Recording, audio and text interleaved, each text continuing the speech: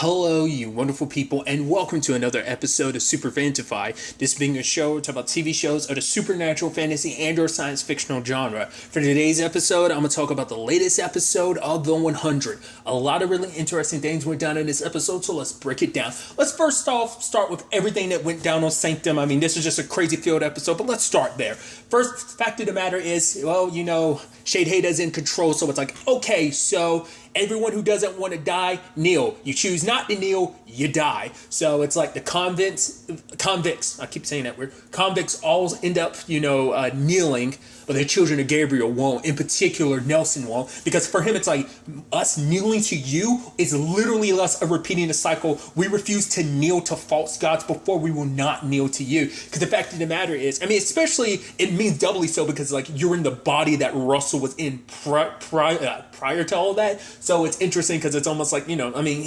wants to be treated like a god anyway. So it's like, we've been through this, like, whole situation before. We're not going to kneel. No one from the children of Gabriel kneels. So he ends up killing everyone. And he leaves Nelson alive because it's like, oh, you have all the aspects of a great leader, but the only leader that's around is me. So kneel. But Nelson refused. He's like, death is life. They lived in a system where it's like, oh, people refuse to die. They kept, obviously downloading themselves into other people. So it's like, they embrace death. They're like, death is a part of life. If it is our time to die, it's our time to die. But death is a part of life. And if this is the end, it's the end. And Nelson, gets put down. So all of them are dead. I was like, that sucks, because we saw that there was a kid amongst them. But when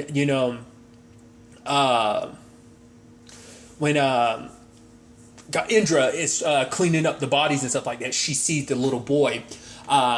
You can tell it kind of seemed like it bothered. It's hard to say whether it bothered Nikki or not, because her and Nelson were in this together. So for things, none of them expected things to kind of spiral out the way they did. But it's like, you help play your own part in kind of giving this monster his power and position. So it's kind of on you. So, but obviously for Nikki, it's like, I don't care. As long as I survive, as long as I get to kill, in particular, Murphy, she's kind of good. Probably Murphy and Raven, but regardless. So, so now it's that situation. I was wondering if, because I obviously, like, you see Nikki kind of looking at Indra as she's dragging that boy's body away. She's like, play dead, because he's the only survivor. Because either the person who landed on top of him tried to protect him, or they just did, and he just hit under the body, to whatever the case may be. At the same time, you have Murphy, him and Indra, him and Amori, I say that weird. Him and Amori ended up feeling loyalty as well, but it's like, kneel today, fight another day type of situation. But obviously they're bringing supplies to everyone that's hidden away. And once again, it turns into that thing of like, it's like one of the guys being like, oh, I'm glad I believed in you, because it's like Murphy doing whatever he can because it's like, oh, maybe we should be better off just kneeling. Murphy's like, no.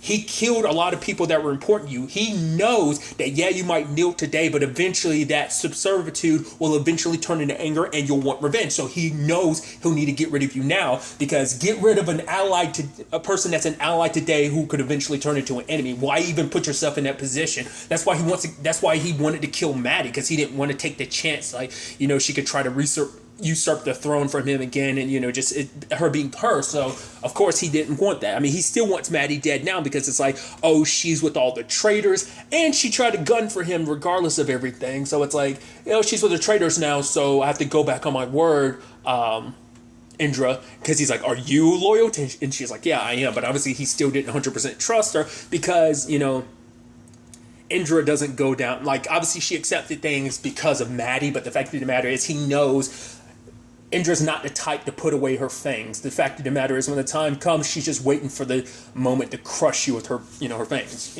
So it's a weird metaphor I used. Sorry, but nevertheless, Amori kind of talking about the fact is, look at John being all the hero. She's like, oh, it kind of like, at this point, you really sincerely you care about other people more than yourself. She's like, oh, I find that sexy. He's like, oh, you mean the whole thing of me putting us in even bigger risk? That's sexy. But then, like, Indra shows up with the kid, they hit him away. Like, obviously Maddie is kind of tasked with, like, looking after him, just be there for him, be a friend to him. And obviously it's like, Nikki came sneaking around. Luckily, Amori was on the cameras and stuff like that. I even love I even love Murphy being like, did I look good on the cameras? And she's like, yeah. He's like, yeah. And then the fact of the matter is, it's the thing of like, man, I wish I could go back. Once again, it's like, it sucks being a hero because it's like, man, wish I could go back to being selfish. I wish I could go back to being my selfish self because now it's like so many people's lives are in my head and like I have to jeopardize my own life to save people. Oh, this sucks. I love that about Murphy's character. His character's always been that. He's always been, because like even Clark says, even when the time comes, when the going gets tough, he always comes through in the end. He's the most reluctant hero of the series, you know? He's always been about self-preservation, but it always gets cast in the role of the hero, you know? So I just love that's always been the evolution of, you know, Murphy's character. But nevertheless, sadly, it's like, okay, so the device that opens up the bridge and everything gets brought in there into the throne room. Also, we had someone following Nikki, so we're all going there. I thought it was interesting how, like, you know, obviously, Murphy tried to talk Nikki down, being like, let her, because he was like, Hatch, if Hatch was in your situation, I wonder what he would do. He probably would kneel and say that he'd do what Shade Hater wants, but he probably wouldn't go through with it. And Nikki was a little upset. He was like, yeah, I figured as much. So for him, it's like, the fact of the matter is that place over there, that's where he died. The fact of the matter is he saw himself surrounded by all his friends. Raven had locked me in here with him because she had a feeling, you know, he's like, yeah, it wasn't her best judgment, but she locked me in here with him because she didn't think he'd finish it. He knew he was dying and he's still finishing it. Why? Because of you, because it meant saving you. He's like, so don't let his sacrifice go to waste. The fact of the matter is we'll have a toast to him, you know, when this is all said and done. Doesn't get to this point, but we do see that Nikki is like trying to free herself. I'm like, oh, that's gonna suck ass. It'll probably turn into an even softer situation soon enough because obviously, like, when it's all said and done, you know, Shade Hater shows up with the crew and everything, and it's like, I was like, I got nervous, man. I was like, no, this could be the moment Murphy dies, especially because Murphy was like, I'm coming back. I was like, no, don't do the final words thing. I was like, oh, this is gonna suck. Because, I mean, to be fair, Murphy's also in a lucky position because Shade Hater does like him. Because Shade Hater sees a lot of himself within Murphy. Because, like, Murphy has that potential. I think that's also a thing of, like, keep your friends close, your enemies closer. Like, he knows that Murphy has the potential to be him, but at the same time, Murphy also has that potential to be a hero. So it's that little conundrum of not 100% knowing where Murphy's going to side. He knows Murphy's going to lean more hero, but I think it's also, he thinks, if I could keep you in line, you'd be good to have by my side type of situation, you know? So it actually kind of makes me think, because remember there was the lady that had the flame after Lexa? It was when they were trying to give it to Luna at the time, I believe. But it's the lady that, like, I forgot her name. She's the one that Murphy was kind of hooking up with. This was back in season 3, I want to say. Yeah. You know, so it just kind of makes me think of that. Like, how he was like, oh, yeah, like someone that was all powerful. She was in that position, and he was kind of her, like, boy toy, essentially. You know, so it just kind of reminds me of that to a certain extent, you know. But nevertheless, it is a situation where it's, and I love Murphy being like, well, you could call this a stalemate because you're like, oh, because it's like she's going to turn the reactor on, she's going to make this, like, the reactor or whatever explode, and it's like, they wouldn't do that. It's like, yeah, literally everyone in that room is, like, confirmed that, like, solidified their deaths because they're like, we come out of this room, we're dead anyway. So it's like not having anything to lose. He's like, yeah, so this is a stalemate. But it's like, the game's not over. And he's like, King takes Knight, so he ends up taking Murphy. And it's like the moment they open the door, kill everyone in there. Maddie was making the last survivor of the children of Gabriel, trying to make him feel better because, you know, she obviously knows what he's going through because it's like the death wave that wiped out everyone she cared about, you know, the radiation and the wave, but also the radiation, you know, it killed everyone she knew, including her parents. But it's like, you know, she was alone for like 50 some days until Clark found her. And it's like, you know, that's what a friend does, what a friend could be, you know? So Clark was there for her. So she's trying to be there for him after what he's lost, you know, because she's even saying like, if he doesn't eat, none of us eat, but he takes some of the bread, and you see some of the particular, I think one of the boy that's right beside her is the dude that she likes, and kind of he likes her. I think he was kind of like, good on you, Maddie. That was pretty awesome. Which makes me think of freaking Murphy as he was leaving. Maury was like clapping after he talked to Nikki. He's like, I know. He's like, yeah, I am pretty. That was pretty awesome, huh? It's like, of course you got to gloat about it. But nevertheless, there's all of that. So it was like, oh, Sanctum's in a sucky situation. Pretty much figured it was going to be a sucky situation. At the same time, we have everything on going down on Bardo because it's like, well, you guys lied about the flame. It's like, technically we never lied. You saw the memories from Octavia, but you never saw the memories of the flame getting taken out. That was on you, not on us. Yeah, but you never corrected us on it. So it's like, yeah. And Bellamy's in there trying to plead for their lives and stuff like that. Obviously, he's not too happy because, like, well, all the disciples that have been killed, including Anders, because it's like, oh, you must have been close to Anders. He's like, actually, technically, no. I've met the dude twice. He's like, obviously, it's been a very long time. So, of course, there have been multiple, first disciples or whatever. And he's like, the fact of the matter is, one will wake me up like every 20 years or so because it's kind of a thing of like letting me know, oh, nothing went down. Anders, he woke me up twice. Fact of the matter is, I guess, in that sense, in the grand scheme of things, you could say I was technically closer to him than I was anyone else because of that. But it is kind of supposed to show like he has no attachments. It is interesting because he brings up the fact is, it's like, oh, you remind me of my son, Reese, which is interesting because I think you could also make the parent, because obviously, his daughter, obviously there's parallels to Clark, but I think when you brother-sister relationship, you could make comparisons between Murphy and Octavia, especially when Pike came into the equation and stuff like that. So you can definitely see, aspects to it there. But Bellamy's like, if we can get the flame with the technology here, we could potentially fix it. So you might be able to find out what happened to your son. Because he's like, oh, I assume my daughter killed him. Because obviously a lot of that story is blank to us. Like, we know the end result because eventually the generations upon generations of what eventually became the different groups on Earth, like obviously Tree Crew and everything, obviously was birthed there and everything. She was the first commander, so obviously. But Bellamy's making the rounds and trying to talk to everybody. Well, first we had the Hope and Jordan thing. Well, that might have been second, but either way, Jordan trying to be there for her because for him, it's like, I understand you grew up years without people. He's like, I did too. Like, all these people we're surrounded by, they're not technically our friends. They're friends of our parents. I mean, technically Dioza was enemies with all of them, but obviously it's like things changed. But also it's a situation of, in the grand scheme of things, like, these are people that were friends to Jordan's parents, Monty and Harper. Like, he doesn't really know them like that. He only knows them through the stories, much like, Hope did. So it is a thing of like, we kind of only have each other. He's like, because she's like, why would I talk to you about this? We're not friends. I don't know you. It's like, yeah, because I'm the only person here. But he's also like, I can understand. I grew up on the ship alone. You grew up, on a planet alone. But she brings up the fact is that that first dude that was on Penance, the one that taught her and trained her, she blames herself because she's like, because I didn't pull the trigger when the time came, he ended up dying. Like, I didn't go through with it. She's like, so I made sure never to be in that situation again. So when the time came, she pulled the trigger. Just sadly, it ended with her mom dying. And it's like, your mom saved you not to spare your life, to save your soul, which Monty, once again, I mean, with Jordan will obviously say that because obviously, once again, he's very, very much like his dad in the sense of he doesn't like all this fighting and stuff like that because he got a lot of his dad's philosophies and just like how Monty viewed the world kind of got passed down to him.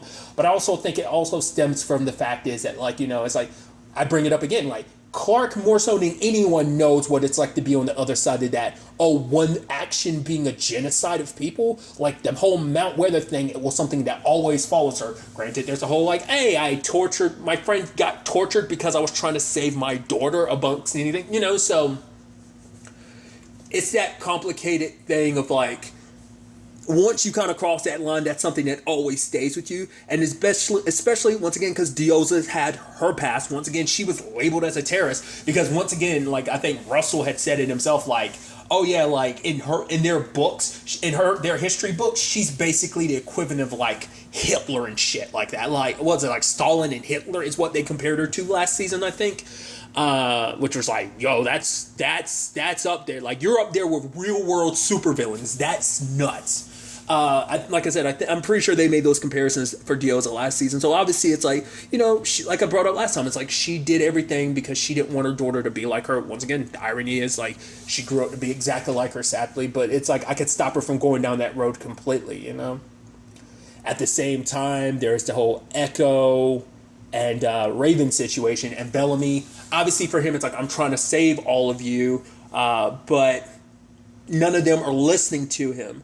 Because they're like, you sold us out and everything, because it's like, please tell me Please tell me this is some long con or something. And even I'm like, is it? I hope that it is, but it doesn't seem like it. Like Bellamy seems like he believes in all of this, you know. I mean, it's sad. I mean, he was there for like a couple months. It's not like he was there for years. Like they went through everything for years. Because even Echo throws it out there. Like the fact of the matter is to get revenge for you.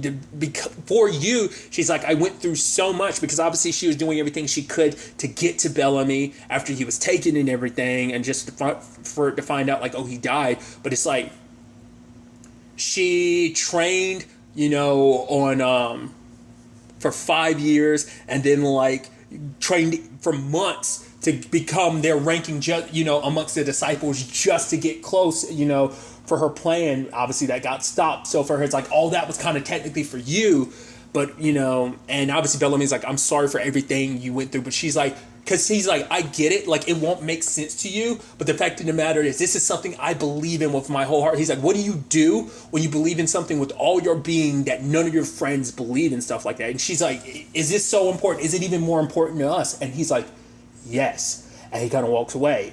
Next up, you know, there's an interesting thing between Octavia and Clark I thought was interesting, where it's the comparison. She's like, I finally understand why you did all you did. You're like, what? It's like, what hope is for me is obviously that's what you felt for Maddie. Especially because now Octavia is all the technical family that, you know, Hope has in this world. But it's like, I get what you would willing to do whatever it takes for your daughter. And she's like, I would kind of do the same thing. It's like, especially for Octavia, it's a thing of like, when I left her, she was a little girl. It's like, I spent 10 years on, you know, Penance or Skyring. And it's like, I was there for 10 years. And now when I left, she was a little girl. Now she's just as messed up as we are. And I think that speaks volumes. It's like, her experiences have turned her into them. Once again, Octavia tried not to make her into her. Dioza tried not to make her into her. And just like, ironically, at the end of the day, she came out just as messed up. I mean, once again, I think because Bellamy is as messed up as he is, like everyone else is, that's why he kind of got sucked into it. I think it's like, because I mean, that's how cults work. Like, they find like something broken in you and seduce you, and they you know, they feed on that like brokenness in someone. That's what kind of makes you the biggest, easiest candidate. Like the easiest people are those who are just kind of a little, honestly, messed up, fucked up, you know? So it makes sense why Bellamy is like this. And I talked about it last time. It's like, especially because when you look at what Bellamy's been through, once again, he sipped the Pike Kool-Aid because he was so consumed with revenge and he was pissed and everything. He was on board with the whole Pike situation. So this being it as it is, I shouldn't be too much of a surprise. But it's also like, he talks about it too. It's like, he's, you know, it's like the light, seeing his mom. He was so lost and so broken. Once again, a position where like, oh, you're literally what, you know, cults seek out. And the fact is, him seeing what he saw, part of me wonders, did Doucette like drug him or something to make him see what he saw? You know, it's just interesting that you would see, you know, that you would see Bill and everything. So that's why I'm like, I don't know, because obviously it's like, because for Octavia and Clark, it's like, how can you believe all this? He's like, are you serious? After all the shit? Like, oh, the AI that was sticking people into an artificial city of light? Or the people who would basically download their brains into other people's body? Obviously, the primes and stuff last season. So he's like, we've seen some crazy shit. She's like, okay, I admit we've seen some crazy shit, but it's like, can this really be compared? Because it's like, this is a war that can end all wars. It's like, but have you seen what happens if we lose? It's the end of everything. But for Bellamy, he's so caught in his beliefs. For him, he has to believe, because this is a way for everyone to make it out at the end. A war that can end all war. Especially Bellamy, who's been driven by fighting and stuff like that. Once again, Clark has brought that up this season about like her need to be like, I'm worried about, you know, us just that all being all that we are. So obviously that being something that's driven Bellamy for so long, yet he still felt a little hollow and empty. Like, of course he's grasping at this, but obviously Clark wouldn't help. So hook her up to the machine. But obviously Clark fights it so much, and Bellamy's like, she doesn't know. And he's like, maybe she does. It's like, fine, I will tell you where the flame is. Just let all my friends go, you know, because he was going to send them the penance. So when it was all said and done, though, Bellamy's like, it didn't have to be this way. And she's like, yeah, it did, you know.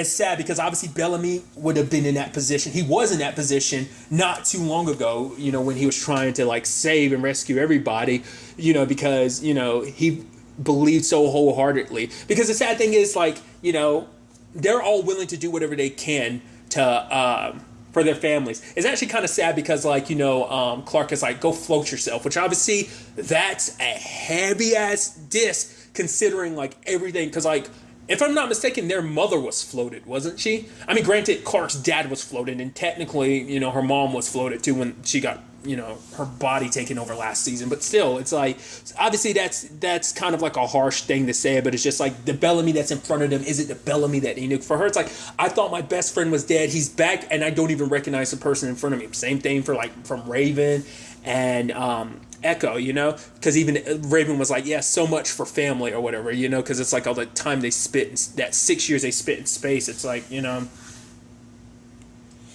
but when it's all said and done, everybody gets, shipped out.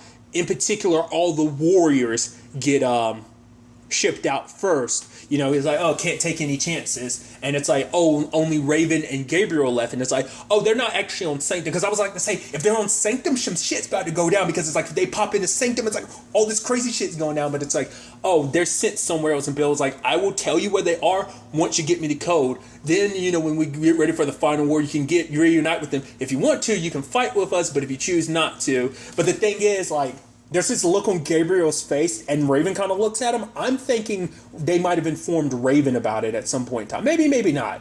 Well, they were in the room, so he could have been in a position where he did inform them before Bellamy showed up. Well, I can't remember if Raven was in that room with Octavia and Clark. Maybe, but remember, like, they found out, or rather Jordan found out, that the war isn't what they think it is. So it's a situation of Gabriel knows the truth, maybe Raven does too, but regardless, it's like things are not looking good on that front. But it's like, lo and behold, chess match between Shade Haida and Murphy, and then all those that were left in Bardo pop in. I'm like, oh shit, and Clark's like, what the hell is going on? He's like, and Murphy's like, all right, so long story. And it's like, hell yes. I think someone had literally left a comment last episode saying that they had a feeling that all of this would tie together in the sense that, like, this would lead, might have been like a week ago, because I think it was only like a couple of days ago, about, because obviously I guess the preview had shown Clark in a chair, that this would lead to Maddie, and that would eventually turn into this war, because they need Maddie alive. Shade Hato wants Maddie dead, so conflict of interest, some shit's about to go down. To be fair, they kind of have the advancement because of their tech and the suits and everything. It puts them in an advantage. I wonder, like, that's something I had brought up before, like, whether, like, Shade Haida and them would be the army, the final war that they fought. I mean, granted, the final war isn't just a final war. It's a test that if you fail, basically your species gets wiped out, essentially. But it's like, it's not a war, but it's like, because it was like a mistranslation on their part. But it's like, I kind of had a feeling things would get here, but I thought things getting to this point would be the final war. It seems like this is just a prelude to whatever this test really is. Like, obviously that's kind of its own thing, but still, it's like, wow, this is going to be interesting, especially because it's like, oh, Clark and Shade Haida, and it's like, oh, Murphy's in the middle of this, and it's like, whoa, all the crazy stuff that's gone down since you've been gone. Once again, she got brought up this episode, Gaia. What the hell was that about? Because once again, time works differently, so it's like, who the hell grabbed Gaia? It had to be someone that's part of the good guys that slipped away in a different suit. Once again, time works differently. So, I don't know. Because we still have not circled back to who it was, and whoever it was messed with the thing, so they shut it down, I guess, so that they couldn't pop right back. So, like, my thought then, and it still kind of is, that whoever did that messed with it because it's to make sure that time keeps working in the way it's supposed to. Like, maybe they're from, like, the future or whatever, but it's like time works differently on every planet, so how could that necessarily be? I don't know. So that kind of throws out my theory, but regardless, I am so interested to see what goes down in the next episode. This is when shit's going to get super crazy. I know it. But nevertheless, till the next time we meet, be happy, be safe, live life to the fullest, and enjoy it. Good day and goodbye.